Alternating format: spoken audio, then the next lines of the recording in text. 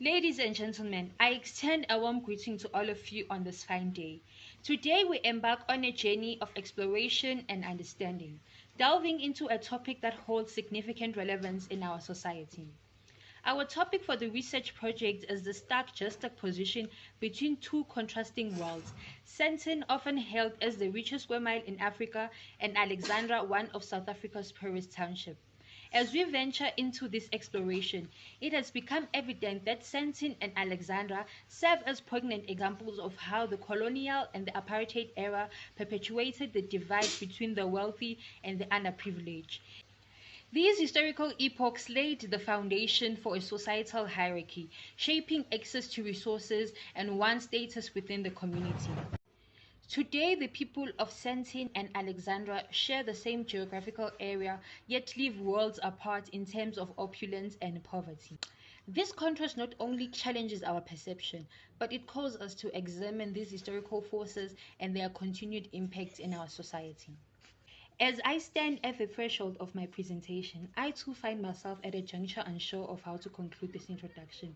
However, let us embark on this intellectual journey together with an open mind and commitment to unraveling the tapestry of Sandton and Alexandra. Thank you.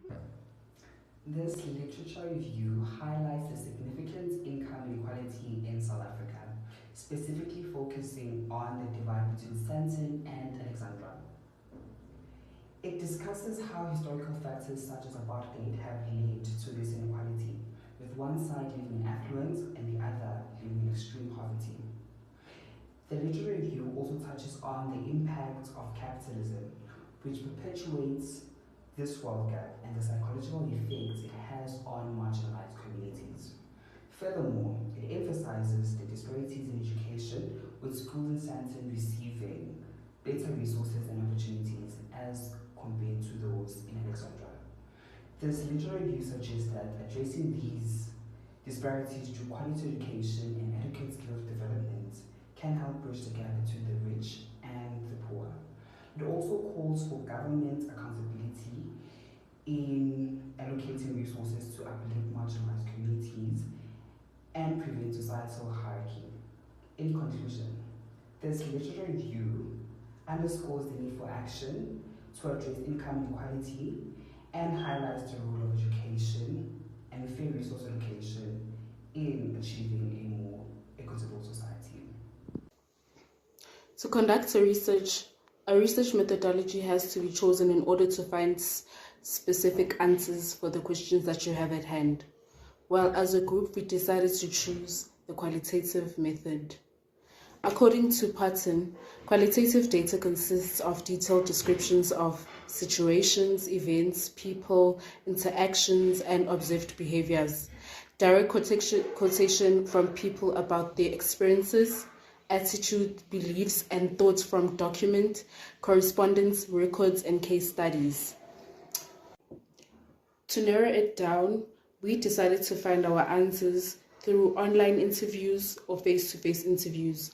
Face-to-face interviews are conducted with the participant who has agreed and signed a consent form to be part of the interview, and online interviews are conducted through Google document forms, which are filled by the participant agreeing that they agree to be interviewed and they understand what the interview is all about. Overall, we managed to carry out successful interviews by using the research methodology that we chose, which was the qualitative research. Our participants gave personal experiences that were eye-opening and answered our questions truthfully. With the consent form, they understood what was happening and agreed to sign it. Our interview was professional and ethical. Good day. I would love to extend the greetings made by my group members.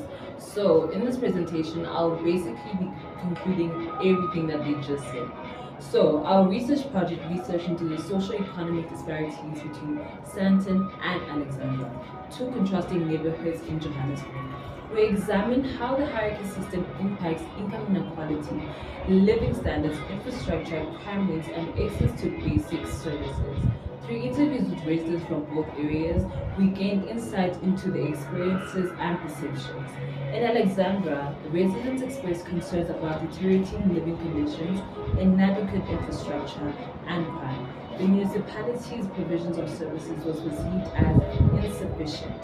The interviews highlighted the urgent need for housing solutions, infrastructure development, and community support.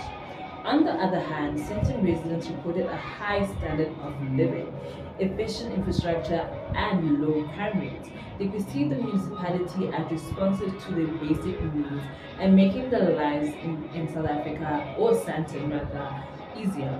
However, there was limited awareness of the challenges faced by Alexandra. Our findings align with existing literature on income inequality, historical disparities, and the impact of apartheid policies. The interviews underscored the importance of collaboration between government bodies, community organizations, and residents to address these disparities that lead to the poor services that Alexandra keeps on getting. Through this research, we gain valuable skills in conducting interviews, analyzing data, and understanding social economic issues. This project deepened our understanding of the complex dynamics shaping our communities and inspired us to advocate for positive change within our own communities. Thank you.